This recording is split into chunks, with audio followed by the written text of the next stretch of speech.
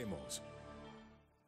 ¿Qué tal? Muy buenas noches, bienvenidos. Les saluda Claudia Palacios, tal como lo habíamos prometido. Aquí está el candidato Iván Duque. Ya le habíamos dado una hora en este programa al candidato Gustavo Petro y ahora conversaremos una hora con Iván Duque, candidato del Centro Democrático, y en la misma modalidad que la entrevista con Gustavo Petro traeremos a él algunas preguntas que varios críticos de su programa o propuestas de gobierno han hecho, así como preguntas de editores de la redacción del diario El Tiempo. Bienvenido, candidato Iván Duque. Claudia, un placer estar de nuevo acá en tu programa y un saludo muy especial a toda la audiencia. Muchas gracias. Empecemos con el tema del día. ¿Por qué no debatir?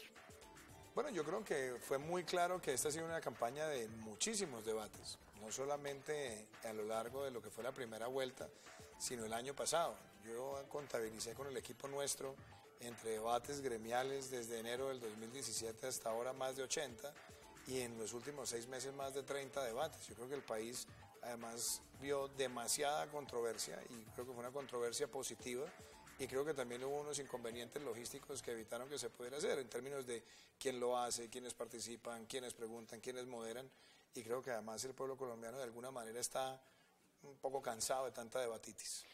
Pero eso no es lo que uno percibe cuando se le pregunta a la gente en estos días que si quiere ver a Duque y a Petro juntos debatiendo unos días antes de la elección. Yo he debatido muchas veces. Que además es lo habitual, ¿no?, para segunda vuelta, ¿no? Porque todos los debates fueron para primera. Yo he debatido muchas veces y de hecho al final de la primera vuelta, en 2 de los últimos debates televisados, el doctor Petro no asistió. No asistió al debate televisado en Antioquia, que era el último organizado por El Colombiano y varios medios nacionales, y tampoco al del Pacífico, el último que organizó Telepacífico. Tampoco hice ninguna crítica a quien no fuera, pero lo cierto es que pues, había dificultades de agenda para algunos, otros no quisieron ir y yo respeto eso, pero lo más importante es que el debate está.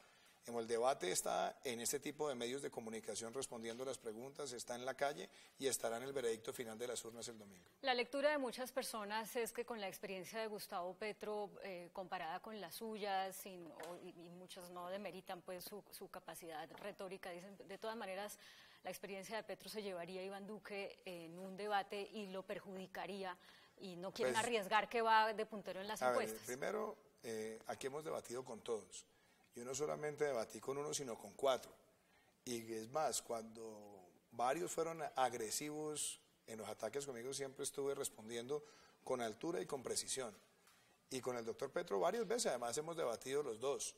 Y yo creo que en este momento lo que estamos haciendo cada uno en la plaza pública, en las calles, en los medios y finalmente en las urnas, pues es la culminación de todo un debate muy, muy largo y muy constructivo además. Y creo que las diferencias están más que claras, pero además el tema de la experiencia, pues el desastre administrativo de su gestión en Bogotá, yo creo que es incuestionable. Lo que pasa es que aquí hay 2 Petros. Está el Petro de la primera vuelta y ahora está el que quiere estar poseído por Álvaro Gómez en apariencia. Y yo creo que hoy el país tampoco come cuento o traga entero. El país sabe quién es el camaleón.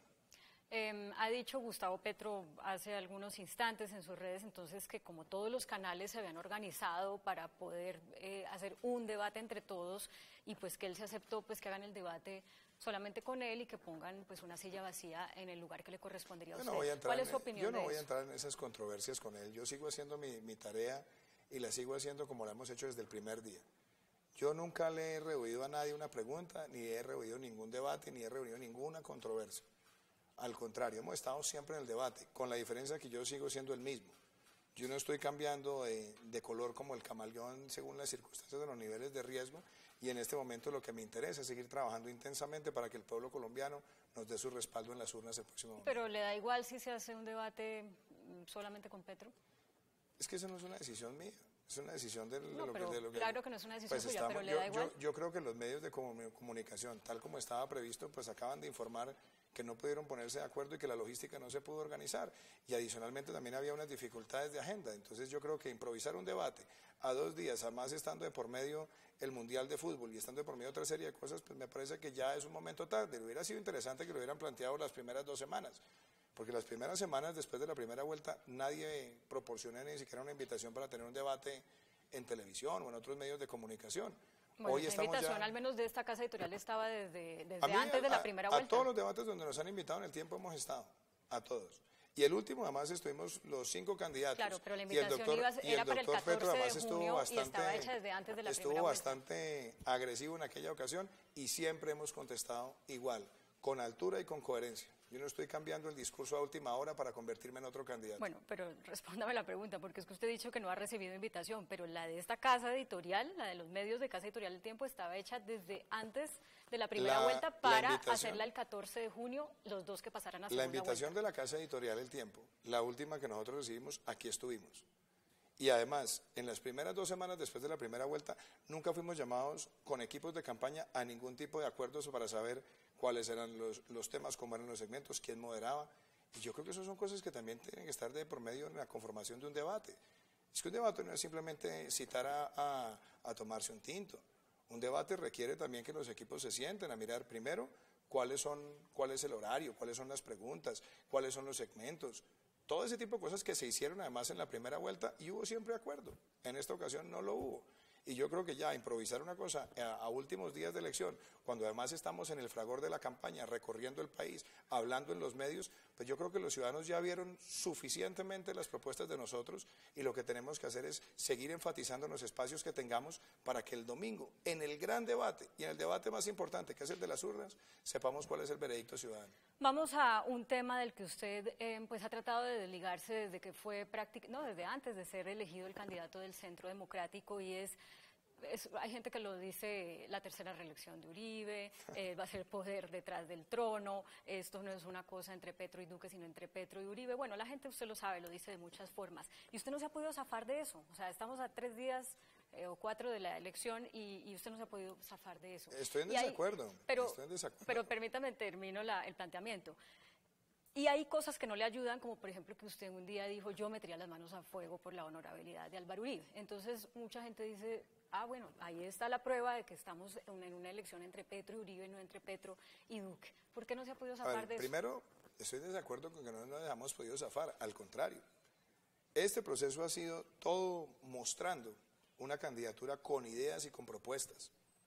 Nosotros ganamos la elección en el Centro Democrático en un procedimiento de competencia con 4 candidatos y ganamos a través de una consulta con las bases del partido y con la ciudadanía, con un programa. Fuimos después a las urnas, el 11 de marzo, sacamos más de 4 millones de votos, 1 millón de votos más de lo que sacó el partido, con un programa, y conformamos una gran coalición con Marta Lucía Ramírez. Y después fuimos a la primera vuelta, con el mismo programa, ampliando el respaldo ciudadano, y logramos un respaldo de más de 7,5 millones de votos, la votación más alta en una primera vuelta. Y lo hemos hecho con una identidad. Pero si la pregunta también supone que yo tengo que aceptar un ataque contra la honorabilidad de una persona que considero honorable, eso no tiene nada que ver. Yo he demostrado que tengo una campaña con independencia y con propuestas. Pero si a mí me preguntan que si creo en la honorabilidad, sí, claro que creo en la honorabilidad de él. Yo, ¿por qué me tengo que dejar imponer a alguien que quiere desdeñar contra una persona que además valoro y que he visto su comportamiento? Son dos cosas totalmente separadas. Y seguiremos en este debate en eso. Yo sabía que desde el primer día que empezara esta campaña, cualquiera fuera el candidato del Centro Democrático, ese iba a ser el ataque casi que básico. Y lo hemos enfrentado con tranquilidad, porque aquí lo que prima es un programa y unas ideas que han ido conectando con el pueblo colombiano. De todas maneras, uno oye por todas partes que Duque es un buen tipo, Duque es un tipo fresco, que bien, pero yo voy a votar en blanco porque no soy capaz de votar por el que dijo Uribe. O yo le tengo más miedo a Uribe que a Petro, entonces aunque Duque me cae bien, yo voy a votar por Petro. O aunque Duque no tiene un pasado cuestionable, yo voy a votar por Petro. Y eso es lo que está movilizando el voto, sobre todo esos que usted, en este momento, usted y Petro están buscando, que son los de centro. A esos que piensan así, ¿qué le responde? Primero, yo siempre me he definido de centro. Y empecé esta campaña... De centro democrático. De centro. En el Centro Democrático, al interior de lo que fue el proceso de elección del candidato, me definí desde el primer momento de la campaña como una persona de extremo centro. Y había muchas personas que me atacaban. Y fueron las tesis de centro en nuestro programa las que nos llevaron a la victoria. Y después hice lo mismo en la primera elección, que fue la consulta del 11 de marzo.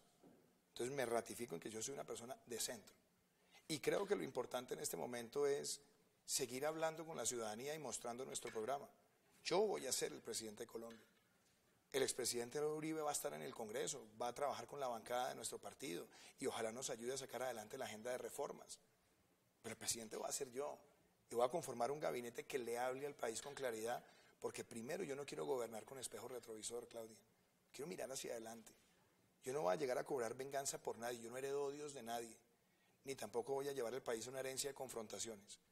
Yo lo que quiero es que llegue al gobierno una nueva generación, un gabinete que además tenga más del 50% o el 50% mujeres, un gabinete que represente la diversidad territorial del país, un gabinete con solvencia técnica, que tenga además gran capacidad de comunicación y afecto por los colombianos, porque eso es lo que Colombia necesita hoy.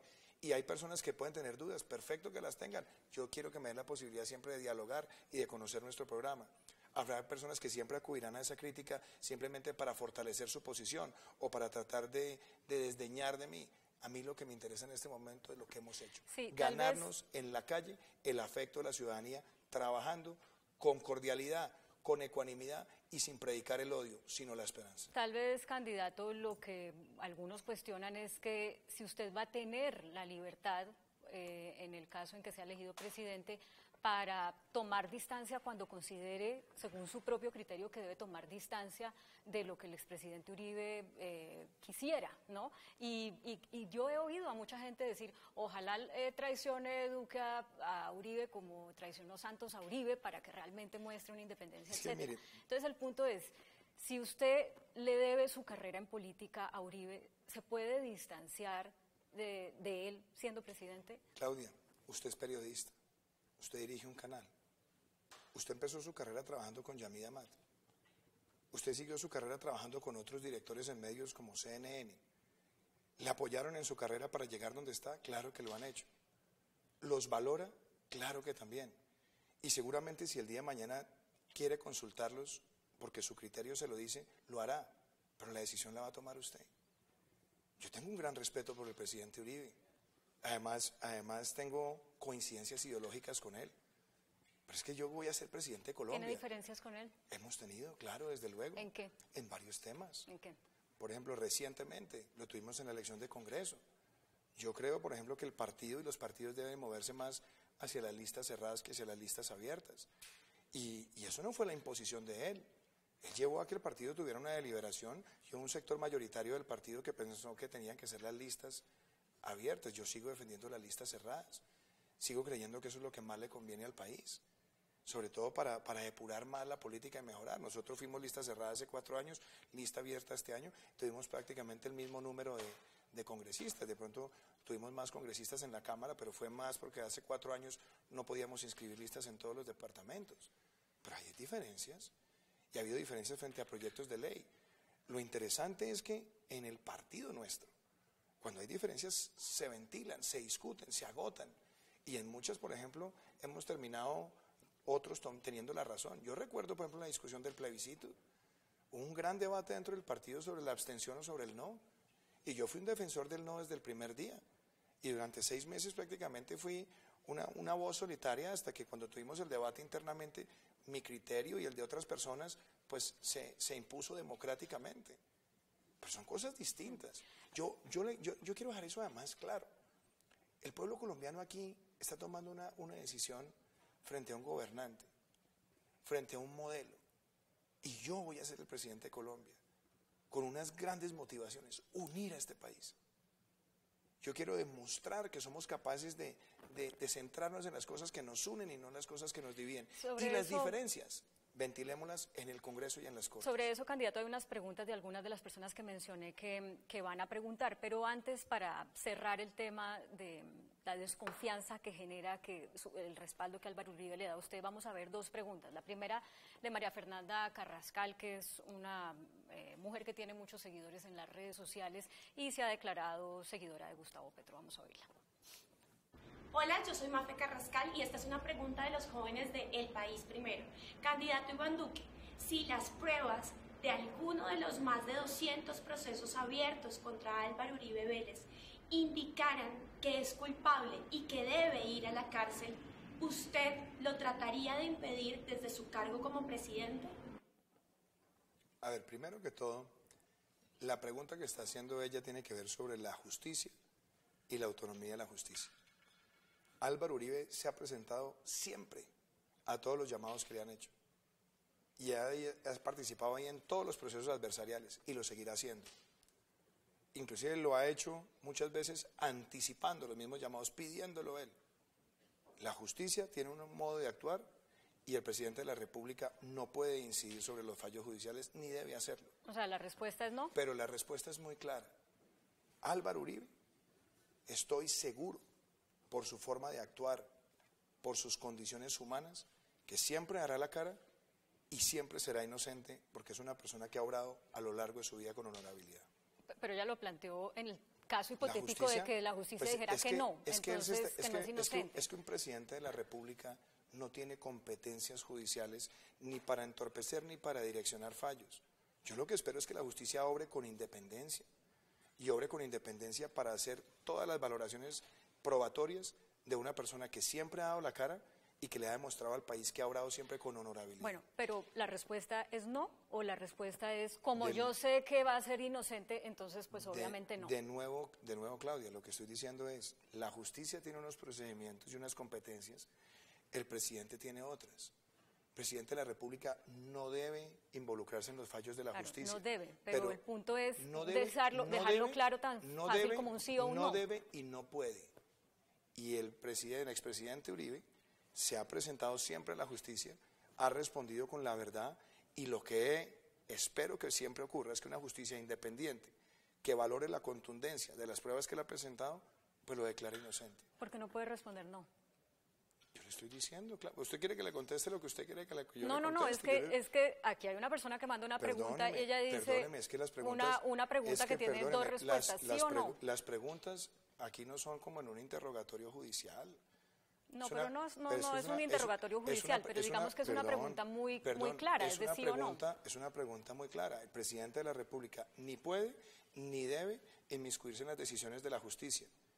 Y en mi valoración personal de alguien que conozco, que respeto y que he visto cómo actúa, estoy seguro que una justicia objetiva lo declarará inocente. Esa es mi opinión. ¿Por qué tengo que opinar distinto? Es que eso es una pregunta ya hipotética, Claudio. Por eso, es que esa es la pregunta, por eso. Perdóneme, es que usted no me puede llevar a mí a un escenario de una pregunta hipotética que parte de la conducta delictual de una persona que considero honorable. ¿Por qué tengo que aceptarlo? O sea, la interpretación que yo hice es la correcta. Si, como sé que lo van a declarar inocente, pues obvio que yo no me voy a meter. Primero, presumo la inocencia de él, porque la inocencia se presume. Entonces, presumiendo la inocencia, estoy seguro que la justicia no lo va a condenar jamás.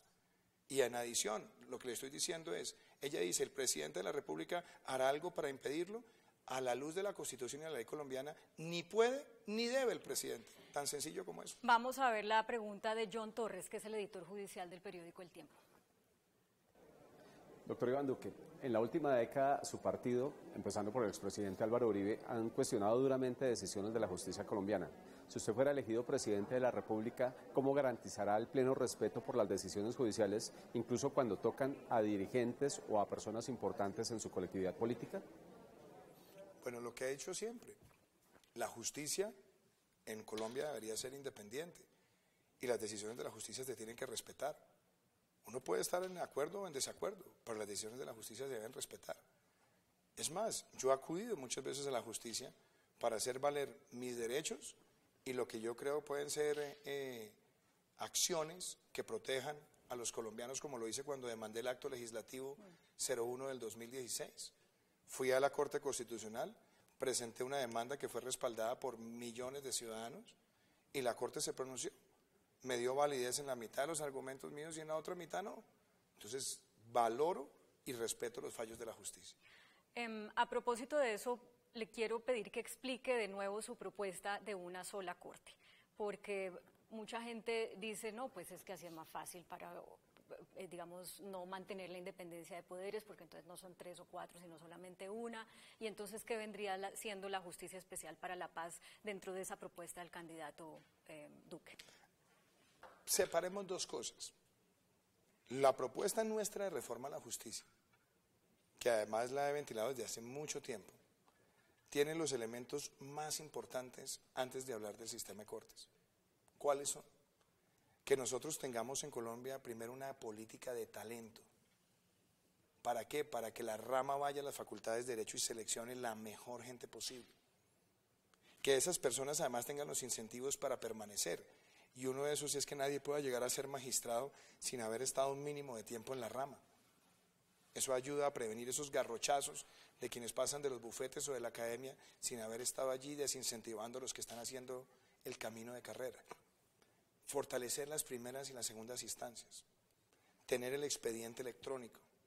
Hacer la evaluación de las providencias judiciales. Tener una orientación y unificación jurisprudencial. Ese es el corazón de la propuesta. Y lo que yo planteé nunca fue una tesis. Dije, esta puede ser una discusión que se origine, sabiendo que es controversial. El problema no es si es una o si son dos, el problema es que tenemos 5.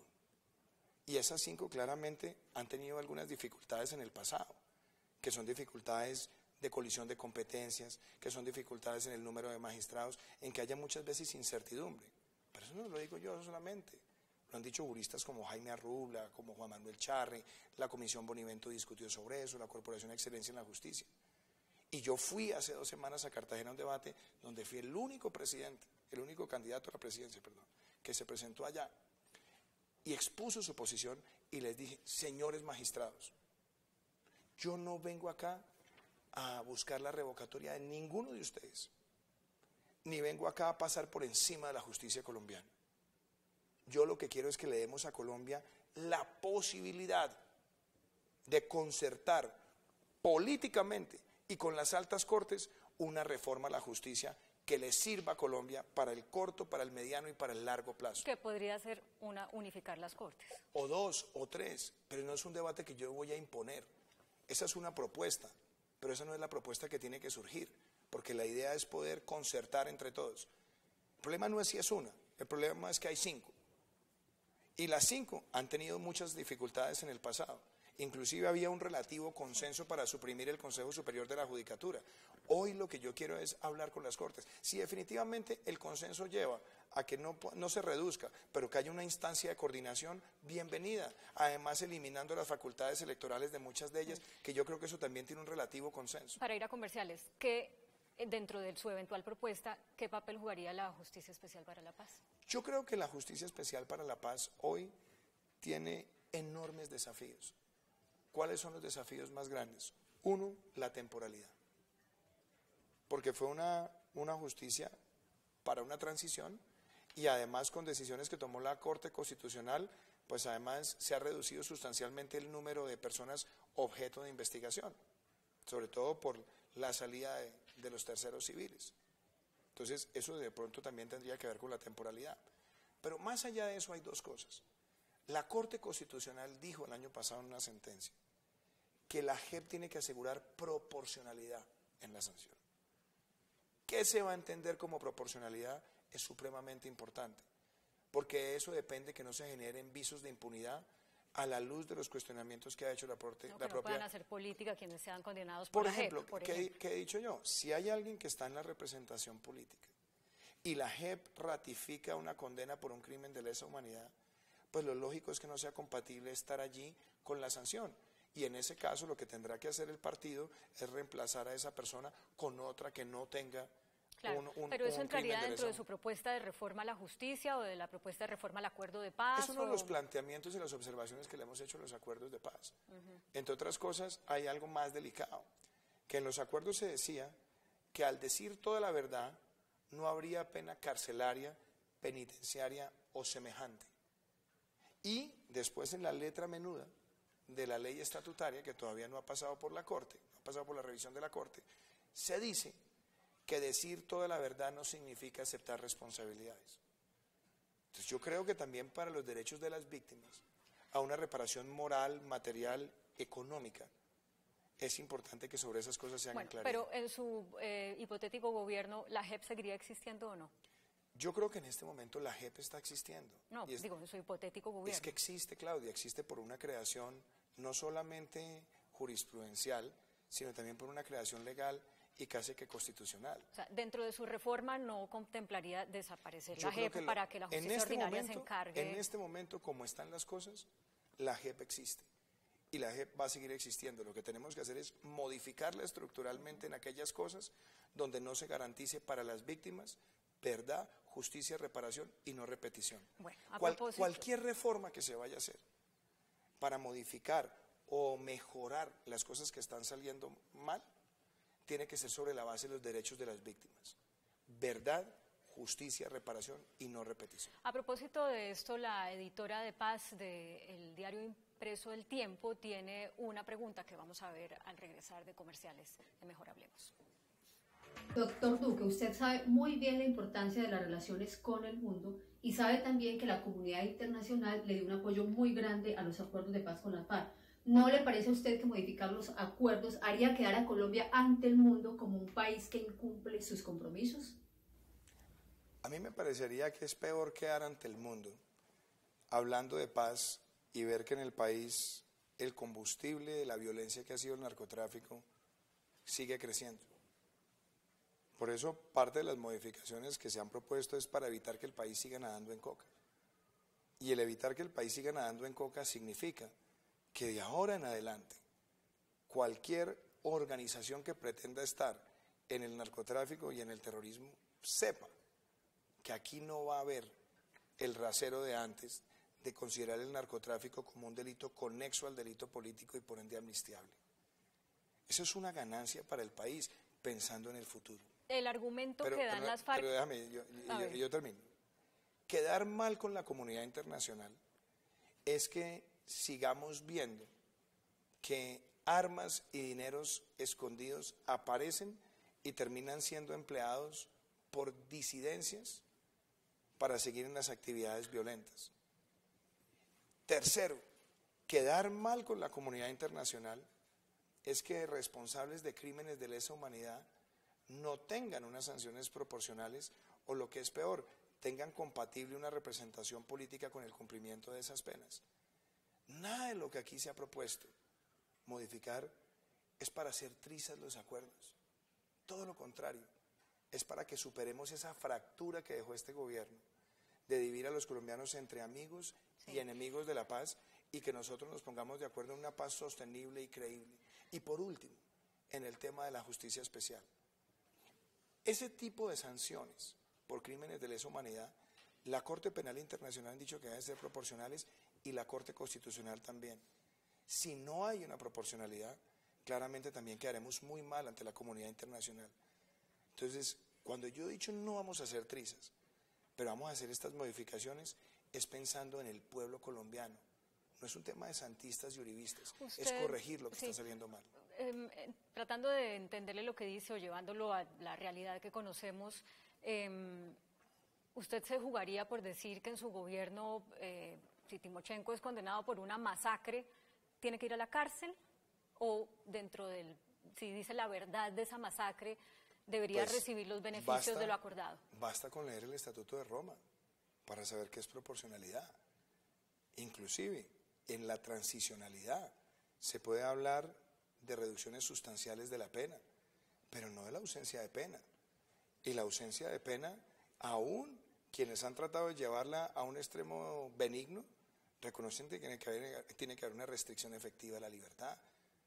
Yo siempre dije, claro que deben tener una restricción, pero más que una restricción, una privación. Y esa privación no necesariamente tiene que implicar cárceles con barrotes, pero donde no haya privación, si no lo hace el Estado colombiano, el día de mañana lo va a hacer la justicia internacional.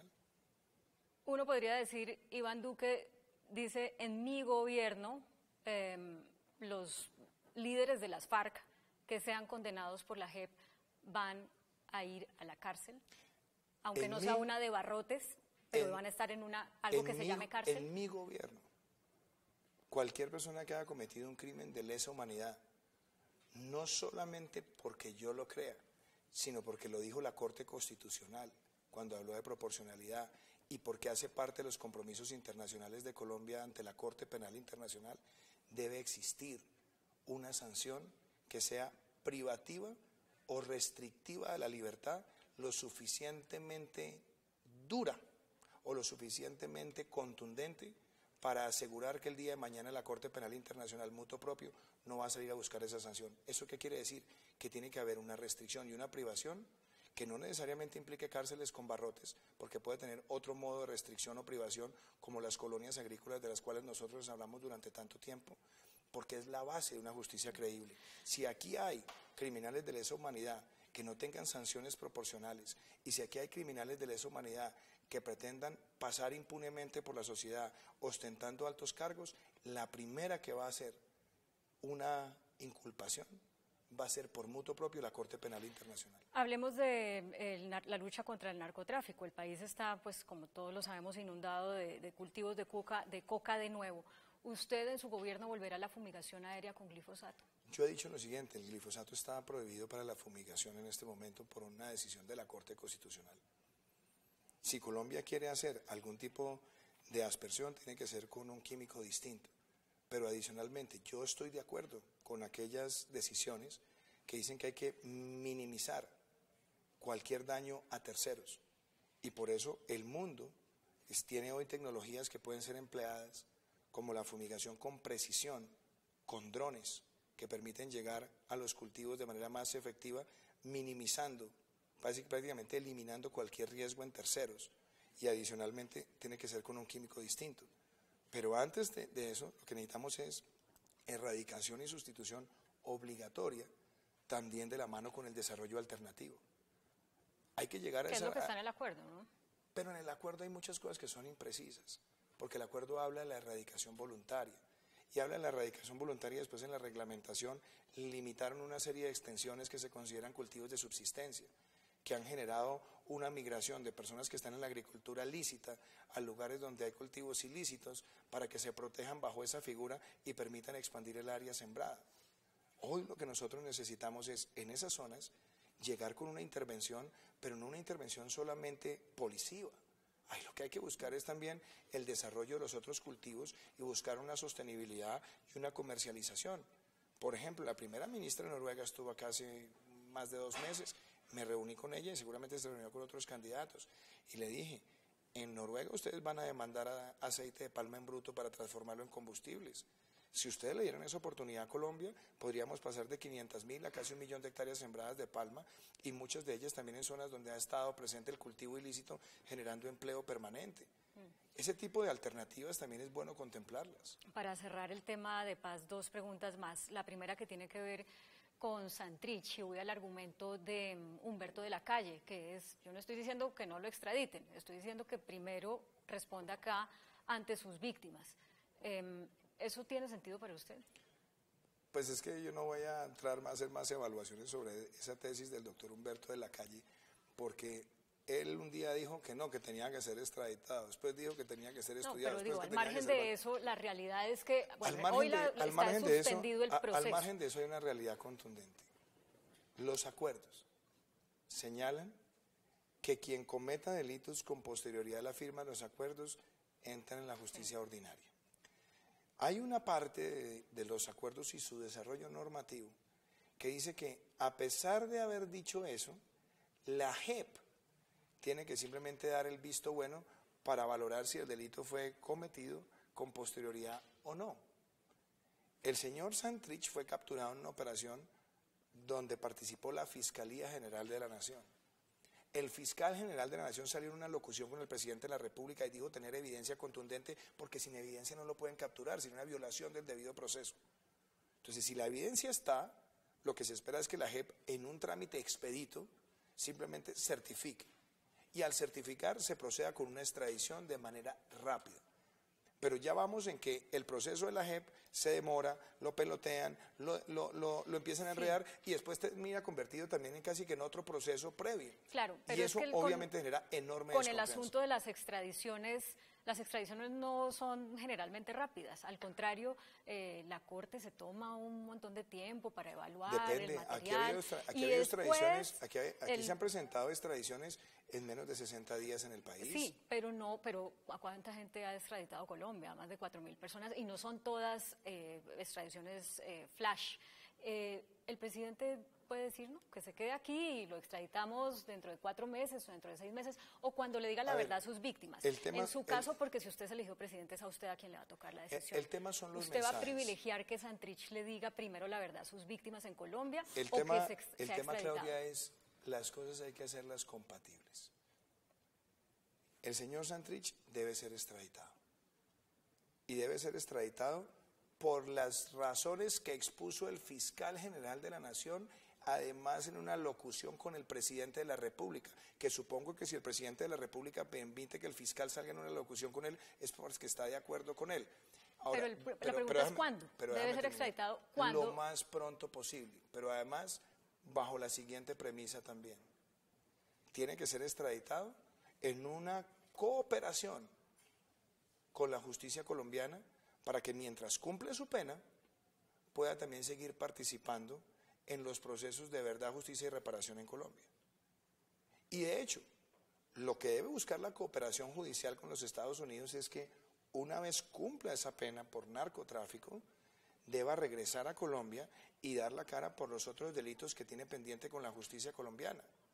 Esa es la lógica. O sea, uno de sus primeros actos de gobierno será autorizar la extradición de Jesús Santrich. La extradición de Jesús Santrich tiene que pasar primero, en este momento, por una decisión que va a tener que tomar la Corte Constitucional sobre esta especie de conflicto de competencias. La Corte tendrá que pronunciarse. Una vez se pronuncie la Corte y dé claridad, pues la justicia ordinaria tendrá que hacer la valoración y decir se puede o no se puede extraditar. Y cuando eso llegue a su despacho, al otro día usted dice adiós, Santrich. Se cumplirá la ley. Última pregunta cumplirá la ley, claro. Última pregunta sobre paz. Con el ELN, yo sé que usted ya le respondió a Pablo Beltrán que usted no va a ir allá a reunirse con él, ni mucho menos, pero ¿cuánto tiempo le va a dar a esa negociación una vez usted se ha posicionado si es elegido? Lo importante es tener claro cuál es la voluntad del ELN. El ELN realmente quiere desmovilizarse, desarmarse y reinsertarse. Si tiene esa voluntad, entonces busquemos el camino de lograrlo. ¿Usted ya tiene claro esa voluntad entonces, o va a esperar una vez a posicionarse para dar un pues tiempo a ver cuánto? Pues es que yo creo que los hechos hablan por sí solos. ¿Cuáles son los hechos? A finales del año pasado se hizo un cese al fuego. ¿Y qué hicieron ellos? Reaccionar con violencia y más violencia. Bueno, pero entonces, pero déjame terminar. Claramente siguen cometiendo actos criminales.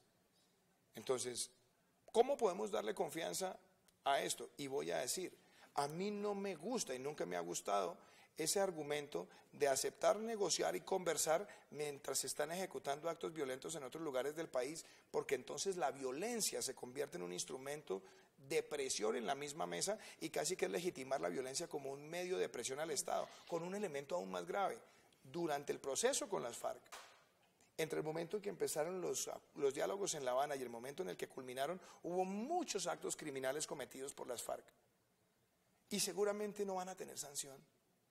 Y entonces eso lo ve el ELN. Y dice, pues perfecto, entonces tengo licencia para matar. Licencia para cometer actos criminales porque no me van a dar un trato inferior al que le dieron a las FARC. Para que eso no ocurra, para que construyamos una paz creíble, lo que yo he planteado es, aceptemos un argumento que el ELN planteó en Maguncia en el 98, concentración previa, con supervisión internacional. Eso no me lo estoy inventando yo, ellos lo aceptaron en el 98, pero permítame... pero con esa supervisión, que ellos también suspendan todas las actividades criminales y que definamos un periodo claro, con un elemento adicional. Puede haber una medida transicional y esa transicionalidad puede acarrear una reducción sustancial de penas, pero no la ausencia de ellas. O sea, 7 de agosto de 2018, si Iván Duque es elegido este domingo por los colombianos, usted dice, mando a alguien, el mismo señor Gustavo Bell, no sé si tiene pensado cambiarlo, vaya y dígales, concentración y miremos la transición. Pues yo les diría un argumento. En 1 o 2 meses debemos tener claro este panorama. A los 8 días usted dice, si me dicen que no, se acabó la mesa. Yo llegaría con un argumento muy claro. Desde luego, aquí no se trata de llegar a pisotear y a pasar por encima de las cosas en las que haya avances. El punto es donde las cosas son creíbles. Entonces, lo primero es que en efecto, cuando sea presidente de los colombianos, desde luego que voy a asumir con todo el compromiso y con toda la seriedad el proceso donde está. Pero aceptarlo significa también decirles, señores, miren cuál ha sido su comportamiento a lo largo del tiempo. Señores, ustedes plantearon en el 98 la concentración previa.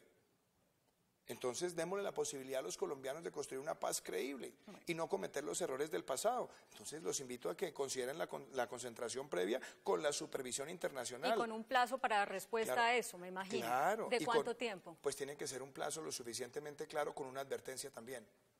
Donde sigan cometiendo actos de terrorismo, levanto la mesa. Pero yo no voy a dejar que se arriesgue una sola vida del pueblo colombiano mientras ellos hablan de paz en La Habana, con el Estado sentado en una mesa y que ellos estén masacrando, secuestrando o extorsionando colombianos. ¿Mantendrá a Gustavo Bell? Tengo respeto por él, he tenido buena relación con él. El vicepresidente Andrés Pastrana, que pero además, a margen de eso, lo respeto a él, lo conozco. Creo que es una persona seria. Y desde luego parte de obrar con seriedad es escucharlo a él y que él nos diga cómo está viendo el proceso. Acuérdese que hubo un jefe negociador anterior, que fue Juan Camilo Restrepo, que renunció porque dijo además públicamente que el ELN no tenía ninguna voluntad de paz, que seguían además cometiendo actos de barbarie. Digamos, pero para la pregunta es, ¿podría dejar a Gustavo Bell? Pues me parece importante, primero me parece importante hablar con él, para que haya una clara explicación de su parte de cómo está viendo el proceso. Y yo quiero ser muy enfático en esto, Claudia. El país no puede estar sometido a un chantaje donde se hable de paz en una mesa y por otro lado usted masacrando colombianos, y que ellos pretendan seguir masacrando colombianos para que eso les dé legitimidad en la mesa. Eso no lo puede aceptar un presidente que además tiene que cumplir el mandato constitucional de proteger la vida, la honra y los bienes de los colombianos en todo momento y lugar. Tengo que hacer una nueva pausa para comerciales, pero cuando regresemos ya vamos a cambiar de tema y yo quiero que usted responda a esta pregunta de José Antequera, que también respalda la candidatura de Gustavo Petro. Escuchemos. Candidato Iván Duque. A través de su cuenta de Twitter, usted expresó en el año 2011 que era peligroso que se administrara la justicia con textos religiosos. En el año 2012 felicitó al expresidente Barack Obama por el hecho de que se aprobara en Estados Unidos el matrimonio igualitario. La pregunta es, ¿qué otra clase de principios y de opiniones usted está dispuesto a cambiar a partir de la alianza de su partido con personajes que han demostrado su persecución a la diversidad y que no apoyan los valores de la libertad, como el exprocurador Alejandro Ordóñez, como Vivian Morales o como Germán Vargas Lleras?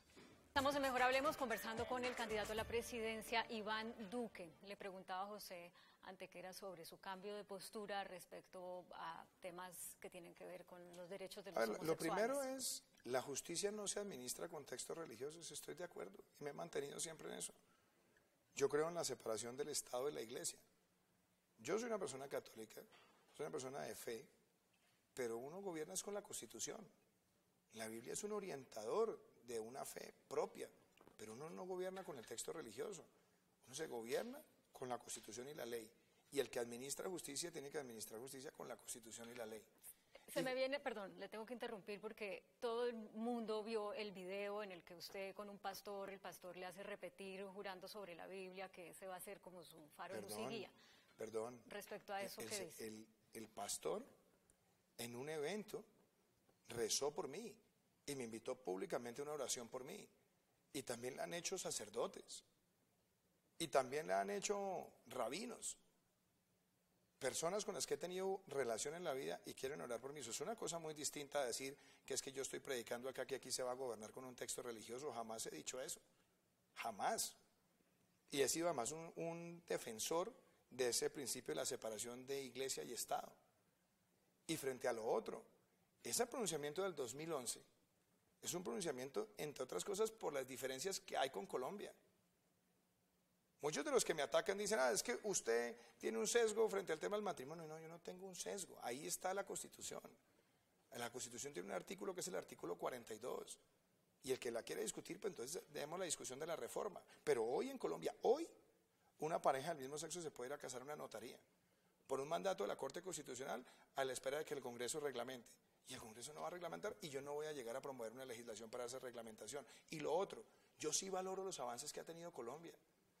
Porque Colombia en materia de derechos estaba mucho más adelantado que Estados Unidos cuando se tomó esa decisión en el 2011. Porque Colombia ya tenía igualdad de derechos patrimoniales, igualdad de derechos sucesorales e igualdad de derechos pensionales. En Estados Unidos ni siquiera esos tres derechos estaban asegurados en la gran mayoría de estados. Por eso hice ese pronunciamiento. Claro, pero para muchas personas...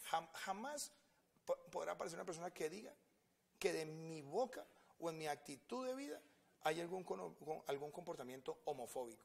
Soy una persona respetuosa de la intimidad y respetuosa de las minorías. Claro, y me he mantenido así. Ahora, que el doctor Ordóñez dice una cosa, bueno, el doctor Ordóñez será el doctor Ordóñez.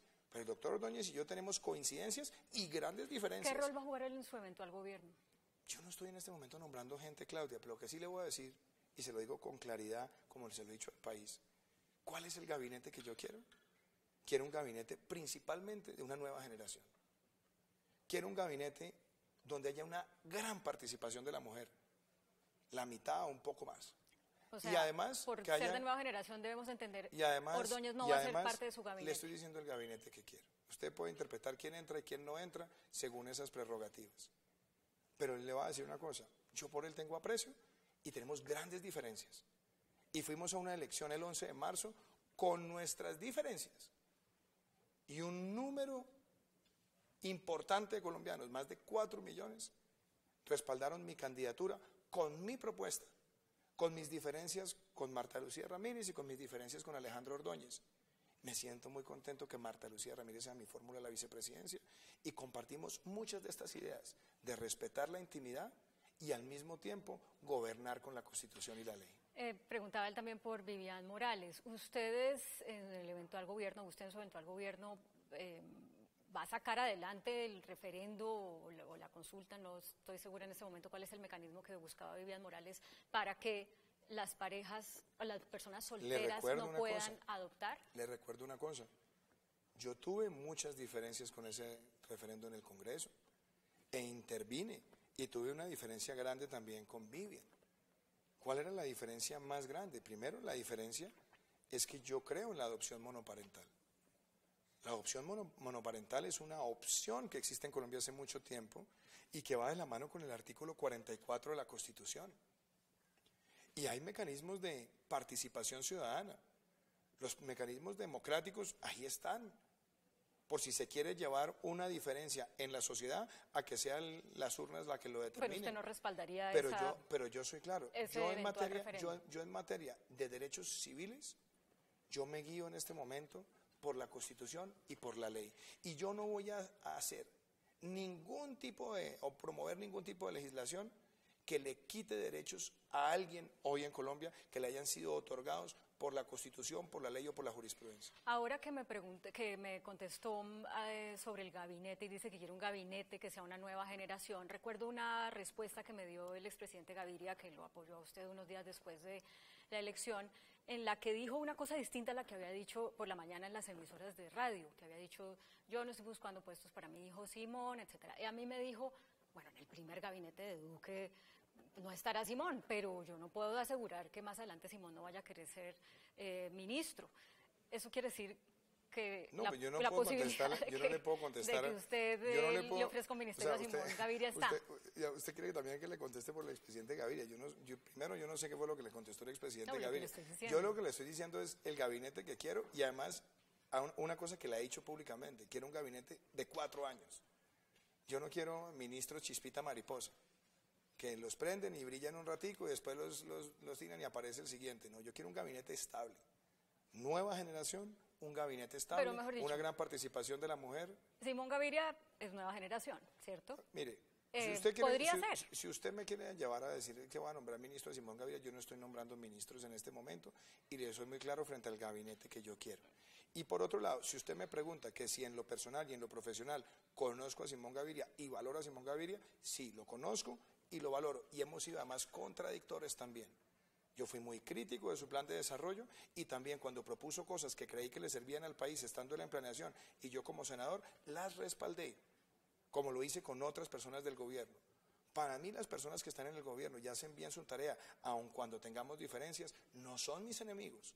Y hay muchas personas que trabajan en este gobierno por las cuales tengo respeto y además admiración profesional. Son dos cosas totalmente distintas. ¿Usted podría trabajar con personas de este gobierno en los altos cargos? Claro, ¿y por qué no? ¿No? Pues porque como hay estas diferencias, mucha gente dirá... Aquí hay gente muy valiosa. ¿Cómo no va a ser valioso? ¿Cómo no va a ser valioso una persona como Luis Fernando Mejía? ¿Cómo no va a ser valioso una persona como Karen Abudinen? ¿Cómo no va a ser valiosa una persona como Dimitri Savinovich? ¿Cómo no puede ser valiosa una persona como Joshua Mitroti?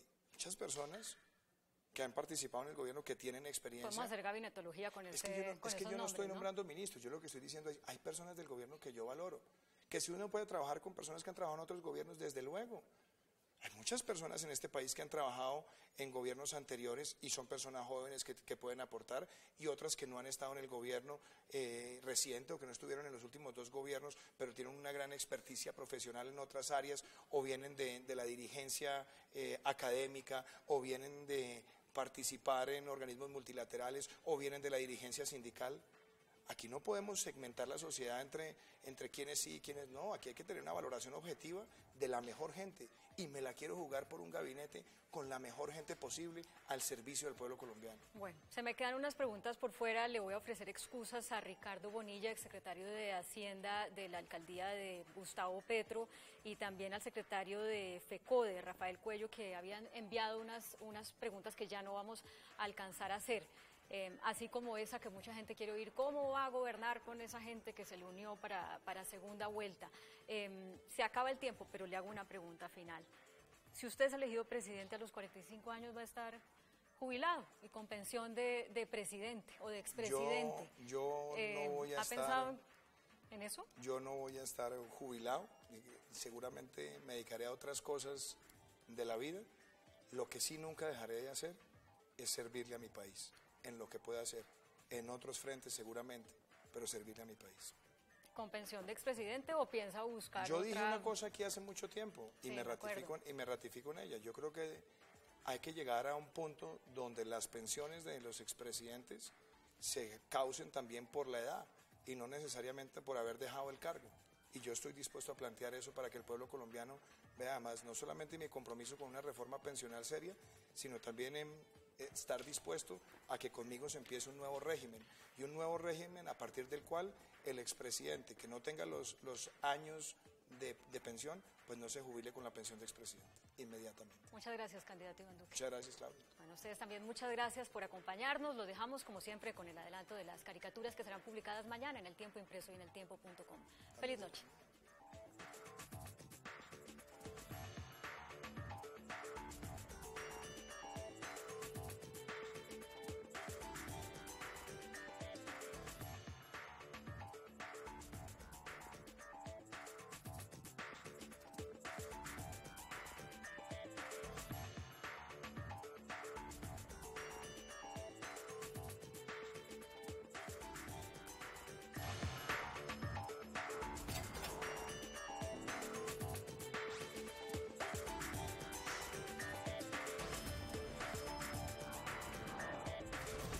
Mejor hablemos.